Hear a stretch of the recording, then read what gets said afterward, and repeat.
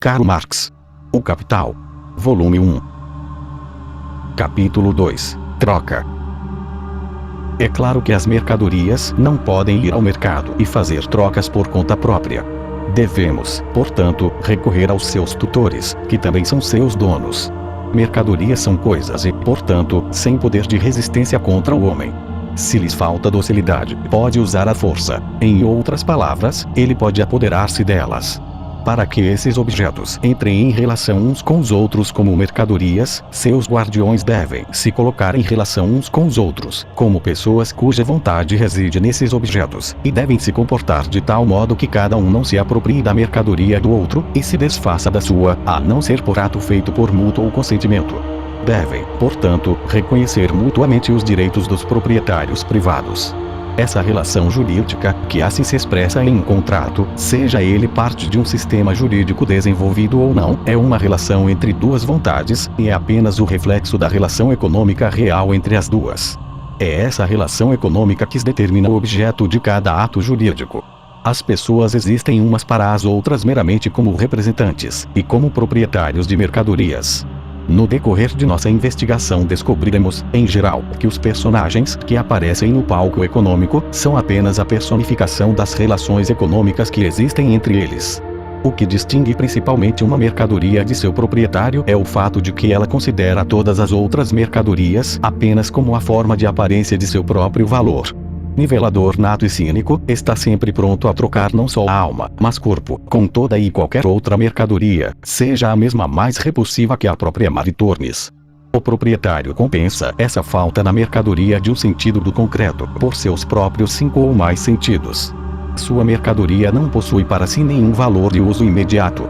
Caso contrário, ele não iria trazê-lo para o mercado. Tem valor de uso para outros, mas para ele seu único valor de uso direto é o de ser depositário do valor de troca e, consequentemente, meio de troca. Portanto, ele decide se desfazer dele por mercadorias cujo valor de uso lhe é útil. Todas as mercadorias são valores de não uso para seus proprietários e valores de uso para seus não proprietários. Consequentemente, todos eles devem mudar de mãos. Mas essa mudança de mãos é o que constitui sua troca, e esta os põe em relação uns com os outros como valores, e os realiza como valores. Portanto, as mercadorias devem ser realizadas como valores antes que possam ser realizadas como valores de uso. Por outro lado, eles devem mostrar que são valores de uso antes que possam ser realizados como valores. Pois o trabalho despendido com eles conta efetivamente apenas na medida em que é gasto de uma forma que seja útil para os outros. Se esse trabalho é útil para outros, e seu produto, consequentemente, capaz de satisfazer as necessidades de outros, só pode ser provado pelo ato de troca. Todo proprietário de uma mercadoria deseja trocá-la apenas por aquelas mercadorias cujo valor de uso satisfaça alguma necessidade sua. Vista dessa forma, a troca é para ele simplesmente uma transação privada. Por outro lado, ele deseja realizar o valor de sua mercadoria, convertê-la em qualquer outra mercadoria adequada de igual valor, independentemente de sua própria mercadoria ter ou não valor de uso para o proprietário da outra.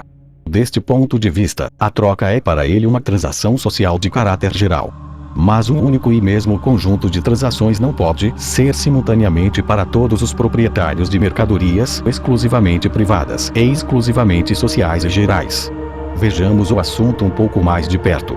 Para o possuidor de uma mercadoria, toda outra mercadoria é, em relação à sua, um equivalente particular e, consequentemente, sua própria mercadoria é o equivalente universal de todas as outras. Mas como isso se aplica a todo proprietário, de fato não há mercadoria atuando como equivalente universal, e o valor relativo das mercadorias não possui forma geral sob a qual possam ser equiparados como valores e ter a magnitude de seus valores comparados. Tão longe, portanto, eles não se confrontam como mercadorias, mas apenas como produtos ou valores de uso. Em suas dificuldades, nossos donos de mercadorias pensavam como Fausto, isto é, no princípio era ação. E portanto, agiam e negociavam antes de pensar. Instintivamente conformam-se às leis impostas pela natureza das mercadorias. Eles não podem relacionar suas mercadorias como valores e, portanto, como mercadorias, a não ser comparando-as com alguma outra mercadoria como equivalente universal. Isso vimos a partir da análise de uma mercadoria. Mas uma mercadoria particular não pode se tornar o equivalente universal a não ser por um ato social. A ação social de todas as outras mercadorias, portanto, separa a mercadoria particular na qual todas elas representam seus valores. Assim, a forma corporal dessa mercadoria torna-se a forma do equivalente universal socialmente reconhecido. Ser o equivalente universal torna-se, por esse processo social, a função específica da mercadoria, assim excluída pelo resto. Assim torna-se dinheiro. O dinheiro é um cristal formado por necessidade no curso das trocas, pela qual diferentes produtos do trabalho são praticamente equiparados uns aos outros e, assim, pela prática, convertidos em mercadorias.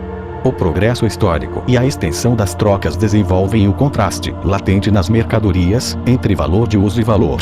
A necessidade de dar uma expressão externa a esse contraste para fins de intercâmbio comercial exige o estabelecimento de uma forma independente de valor e não encontra descanso, até que seja definitivamente satisfeita pela diferenciação das mercadorias em mercadorias e dinheiro. Na mesma proporção, portanto, à medida que se realiza a conversão de produtos em mercadorias, também se realiza a conversão de uma mercadoria especial em dinheiro. A troca direta de produtos atinge a forma elementar da expressão relativa do valor em um aspecto, mas não em outro. Essa forma é X mercadoria de A sendo igual a Z mercadoria de B. A forma de troca direta é X vezes o valor de uso de A, sendo igual a Z vezes o valor de uso de B, um ato de permuta. O primeiro passo dado por um objeto de utilidade para adquirir valor de troca é quando ele forma um não valor de uso para seu possuidor, e isso acontece quando forma uma porção supérflua de algum artigo necessário para suas necessidades imediatas. Os objetos em si são externos ao homem e, consequentemente, alienáveis por ele. Para que essa alienação seja recíproca, basta que os homens, por um entendimento tácito, tratem uns aos outros como proprietários privados desses objetos alienáveis e, por implicação, como indivíduos independentes.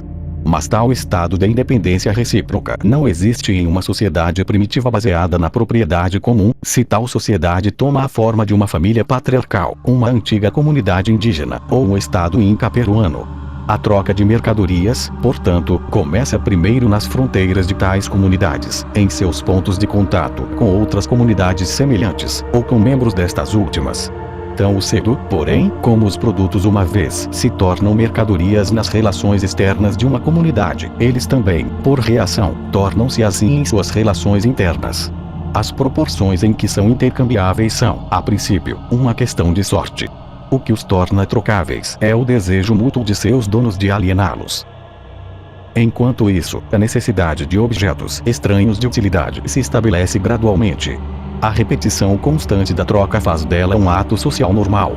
Com o passar do tempo, portanto, pelo menos alguma parte dos produtos do trabalho deve ser produzida com uma visão especial para a troca. A partir desse momento, fica firmemente estabelecida a distinção entre a utilidade de um objeto para fins de consumo e sua utilidade para fins de troca. Seu valor de uso se distingue de seu valor de troca. Por outro lado, a proporção quantitativa em que os artigos são intercambiáveis passa a depender da própria produção. Os carimbos personalizados como valores com magnitudes definidas. Na troca direta de produtos, cada mercadoria é diretamente um meio de troca para seu proprietário e para todas as outras pessoas um equivalente, mas apenas na medida em que tem valor de uso para eles.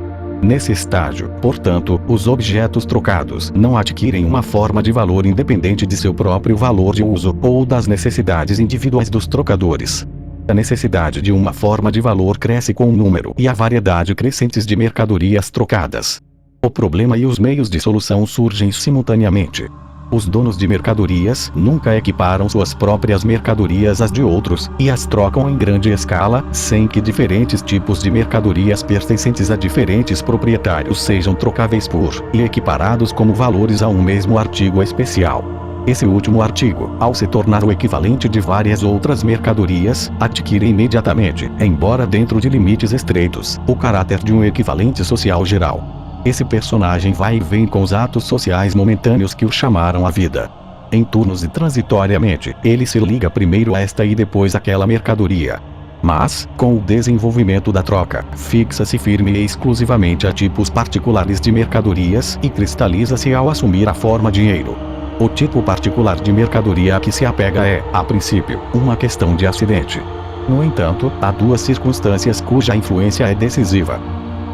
A forma dinheiro se liga ou aos mais importantes artigos de troca, e estas são, de fato, formas primitivas e naturais nas quais o valor de troca dos produtos domésticos encontra expressão, ou então se apega ao objeto de utilidade que forma, como o gado, a principal porção da riqueza indígena alienável. As raças nômades são as primeiras a desenvolver a forma dinheiro, porque todos os seus bens mundanos consistem em objetos móveis e, portanto, são diretamente alienáveis. E porque seu modo de vida, ao colocá-los continuamente em contato com comunidades estrangeiras, solicita a troca de produtos. O homem muitas vezes fez o próprio homem, sob a forma de escravos, servir como um material primitivo do dinheiro, mas nunca usou a terra para esse fim. Tal ideia só poderia surgir em uma sociedade burguesa já bem desenvolvida. Ela data do último terço do século XVII, e a primeira tentativa de colocá-la em prática em escala nacional foi feita um século depois, durante a Revolução Burguesa Francesa. À medida que a troca rompe seus vínculos locais e o valor das mercadorias se expande cada vez mais em uma encarnação do trabalho humano e abstrato, na mesma proporção o caráter do dinheiro se liga às mercadorias que são por natureza adequadas para desempenhar a função social de um equivalente universal. Essas commodities são os metais preciosos. A verdade da proposição de que, abre aspas, embora ouro e prata não sejam por natureza dinheiro, o dinheiro é por natureza ouro e prata. Fecha aspas. É demonstrada pela adequação das propriedades físicas desses metais às funções do dinheiro. No entanto, conhecemos apenas uma função do dinheiro, a saber, servir como forma de manifestação do valor das mercadorias, ou como material em que as grandezas de seus valores são expressas socialmente. Uma forma adequada de manifestação de valor, uma corporificação adequada do trabalho humano abstrato, indiferenciado e, portanto, igual. Só esse material pode ser, cujo cada amostra exibe as mesmas qualidades uniformes. Por outro lado, como a diferença entre as grandezas de valor é puramente quantitativa, a mercadoria dinheiro deve ser suscetível de diferenças meramente quantitativas, deve, portanto, ser divisível à vontade e igualmente capaz de ser reunida. O ouro e a prata possuem essas propriedades por natureza. O valor de uso da mercadoria dinheiro torna-se duplo. Além de seu valor de uso especial como mercadoria, como por exemplo o ouro, servindo para tapar dentes, para formar a matéria-prima de artigos de luxo, etc. Ela adquire um valor de uso formal, originado em seu valor social específico. Uma vez que todas as mercadorias são apenas equivalentes particulares do dinheiro, sendo este seu equivalente universal, elas, em relação a esta como mercadoria universal, desempenham o papel de mercadorias particulares. Vimos que a forma dinheiro é apenas o reflexo, lançado sobre uma única mercadoria, das relações de valor entre todas as outras. Que o dinheiro é uma mercadoria é, portanto, uma nova descoberta apenas para aqueles que, ao analisá-lo, partem de sua forma plenamente desenvolvida. O ato de troca da mercadoria convertida em dinheiro não seu valor, mas sua forma de valor específica.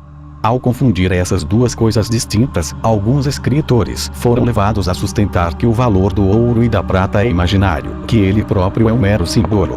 No entanto, sob esse erro espreitava-se o pressentimento de que a forma dinheiro de um objeto não é uma parte inseparável desse objeto, mas é simplesmente a forma sob a qual certas relações sociais se manifestam.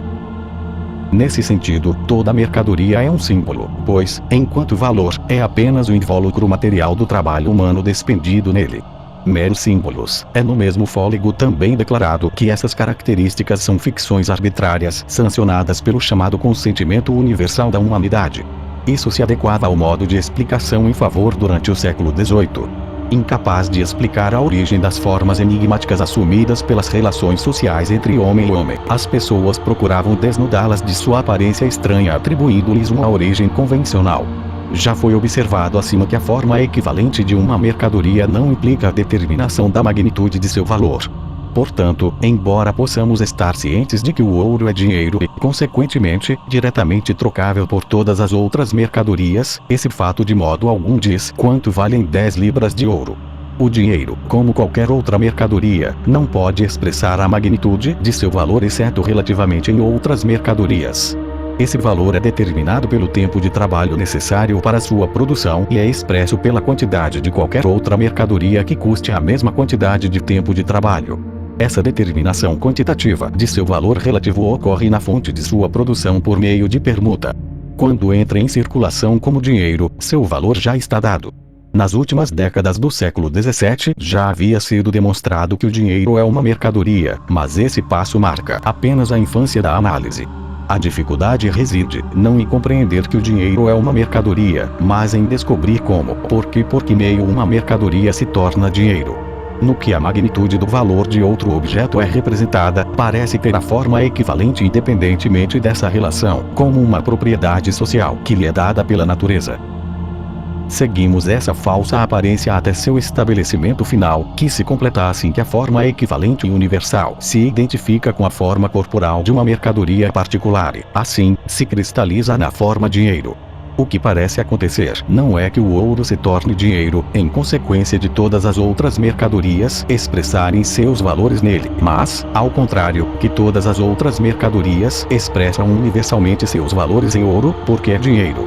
As etapas intermediárias do processo desaparecem no resultado e não deixam vestígios. As commodities encontram seu próprio valor já completamente representada, sem nenhuma iniciativa de sua parte, em outra mercadoria existente em sua companhia. Esses objetos, ouro e prata, assim como saem das entranhas da terra, são imediatamente a encarnação direta de todo o trabalho humano. Daí a magia do dinheiro. Na forma de sociedade agora considerada, o comportamento dos homens no processo social de produção é puramente atômico. Assim, suas relações mútuas na produção assumem um caráter material independente de seu controle e ação individual consciente. Esses fatos se manifestam inicialmente por produtos que, em regra geral, assumem a forma de mercadorias. Vimos como o desenvolvimento progressivo de uma sociedade de produtores de mercadorias imprime a uma mercadoria privilegiada o caráter de dinheiro. Portanto, o enigma apresentado pelo dinheiro é apenas o enigma apresentado pelas mercadorias, só que agora nos atinge em sua forma mais gritante.